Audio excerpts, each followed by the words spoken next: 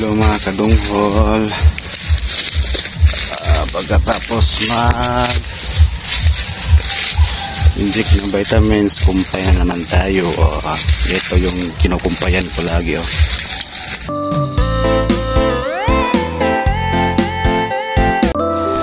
Dito ko banda.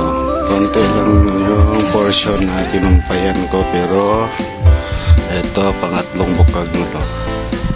Tapos yan,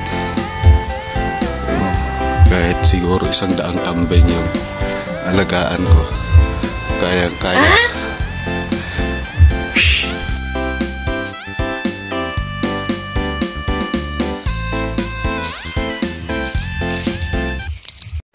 pag-alaga ng mga kambing dunghol is ito yung trabaho na walang day off kasi pag mag-day-off ka, pass mo yung mga alaga mong kambing. So dito mga dunghol, malapit ako matapos. Bye bye.